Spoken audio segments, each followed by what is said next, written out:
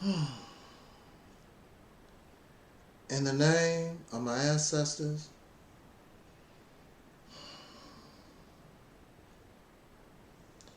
peace forever and always, and welcome to another edition of what we call the Realities Temple on Earth AdMinister. I am the gatekeeper or the host of this program, known here on social media. Wherever you may find me, I am known as the mighty Angel Snub 7. I am your soul brother, number one. Whenever I come before this public, the message that I bring, I also bring to myself. And when I talk from a place that I also experience. I was born in the Jim Crow South. Like many of you, if you were not born in the South, you know that a lot of your family came from the South. We were born into the religion of Christianity, and we were taught about our Lord and Savior, Jesus Christ. And then we were introduced to the teachings of Marcus Garvey, or we were introduced to Father Divine. We were introduced to the teachings of Noble Drew Ali. We were introduced to the teachings of the Honorable Elijah Muhammad. We were introduced to the militancy of the Black Panther Party. All these things came with us. I am no different than you. The only difference between myself and you is that I've been able to see things for what they really are. I've always been curious. I've always been a critical thinker. I've never been loyal to one train of thought, even my own. I am not loyal to what I even bring here unless I can change it to fit with new information. Because new information changes the conclusion. It changes the equation. And this is what we don't want to deal with. This is what we don't want to accept. 1 + 1 = 2. But then on the side, there's another 1. You cannot continue to say 1 + 1 = 2, not when there is another 1. You have to add that 1, but this is what we do. We don't want to accept the new information because we are comfortable and loyal to the old conclusion that was correct.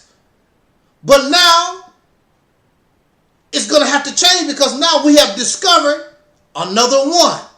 So now it's 1 + 1 + 1 = 3. We don't want to talk about that. We want to talk about 1 + 1 =. But what about this? What about that 1?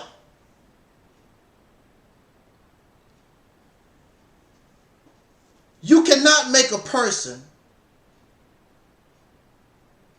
accept what they don't want to accept. The only thing one can do is know that 1 + 1 + 1 = 3, and you have to leave them behind. And that's what's happening to the African American. That's what's happening to the black man and woman in America. The world moves forward, and the black man and woman, soul brothers and sisters, the African American, continues to be left behind because you don't want to change. Because for some reason, life is all about you. 1 + 1 = 2. So I'm looking, because I was, and I thought like you at one time, Black Power. I'm looking at Black Power, which has produced no power. Been around for what, almost 100 years? Ashe, Black Power Hotel, all this stuff. Been around 100 years. That's a long time. Black power that has produced no power.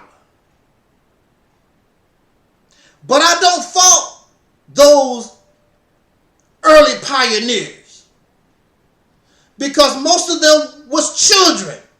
They were young people. They didn't know nothing.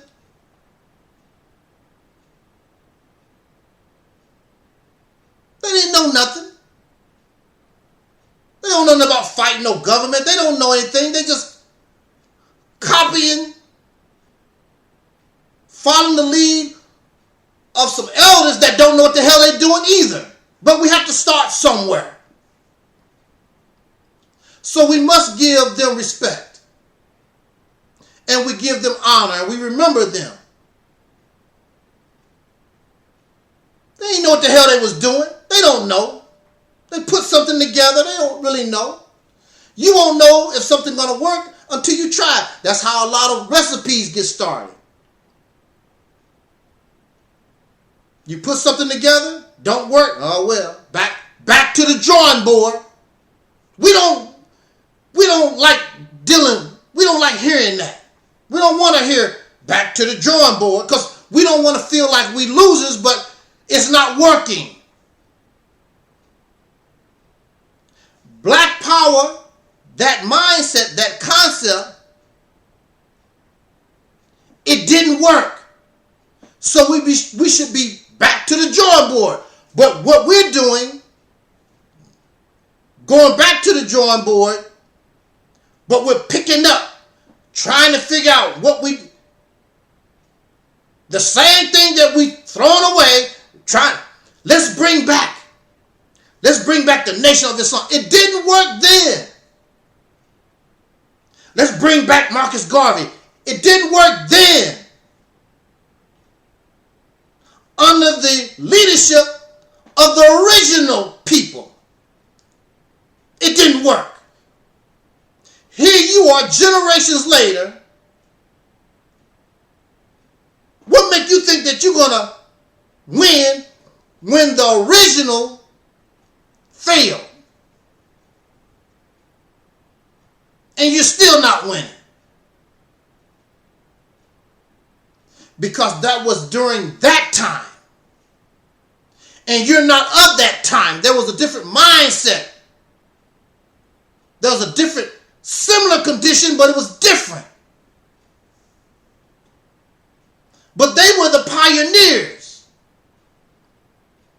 And you're supposed to learn from their mistakes as well as their success. So you understand what made them successful, and you understand why they failed.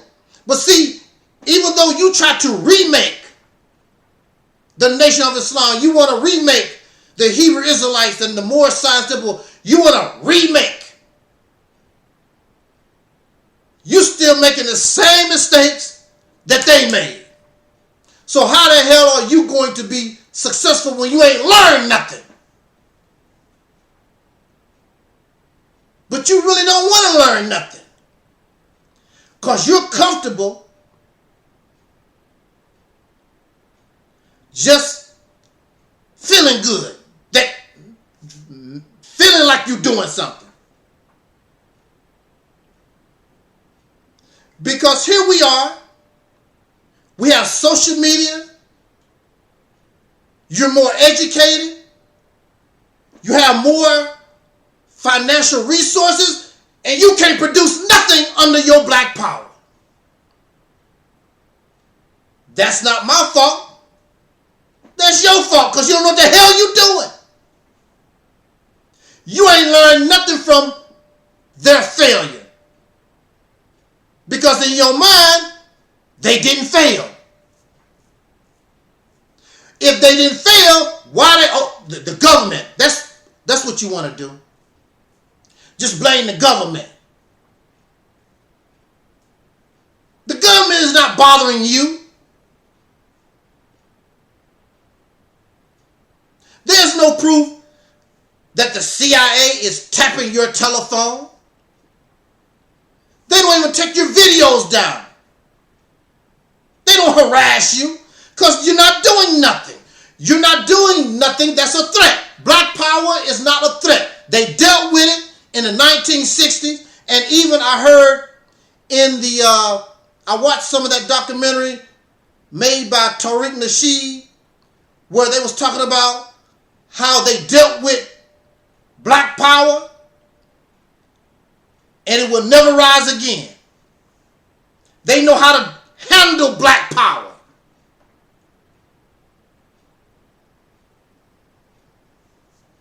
So you are on a path to nowhere because they know how to handle you.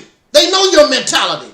They dealt with you once. And now you're living with a people that don't have that kind of mindset at all. And you want to get angry at somebody because they don't want to say, ah, shade, black power, hotel. This generation, a long way, this is not 1930, this is not 1940, 1960, not even 1980. You're dealing with a whole new people. And now black power has turned into a religion. It's not a movement. It's not revolutionary. It's a religion. You believe in your prophets is Elijah and Malcolm and Marcus and whoever y'all can think of, mostly dead folks. Because you have no respect for living people. Because living people have a living brain, mean they can bring forth new strategy. Dead people can't help nobody. Folks actually get angry at me because I say that dead folks can't help us. Malcolm can't help us. Marcus Garvey can't help us. Frederick Douglass can't help us. They can't help us. You have to help yourself. But you're comfortable feeling good because you are in church. So you're happy and you're satisfied with the teaching. That's all black power can do. Give me the teaching. The teaching. That's what you hear them say. You don't know the teaching. You need to do your study. There's a war going on right now between Israel, the Middle East, I guess you would call it. They call it the Middle East. Israel and Hamas. I very much doubt if Hamas or Hezbollah or any of these people talk about, y'all, what about the teaching? They're asking for food. They're asking for weapons. That's what they're asking for. They're not asking for the teaching. They're not even asking for the Quran.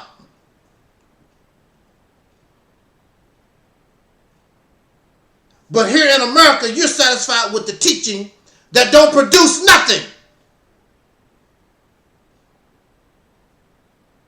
Produce nothing. How can you be comfortable? So, if it's black power, what is the power that it produced? That's what the question I'm raising. What is the power that it's producing? Since it's black power. only thing it's producing is the teaching.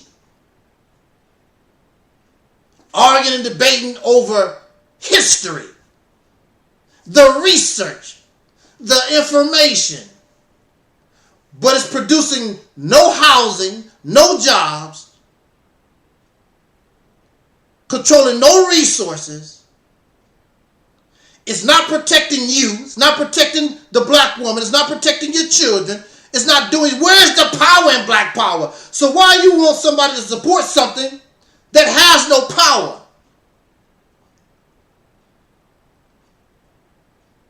Just feel good rhetoric because you are in church. What made black power a threat was the potential of it producing power in the 60s, early 70s. But they know how to deal with that mindset. And the children, this generation, don't care nothing about it. The best you're going to get is Black Lives Matter. And then the black power folks are jealous because that did produce something. But black power in the manner that we see hasn't done nothing. And so these persons, those who promote black power, get all angry and upset. How you don't get angry and upset? You the one not producing nothing.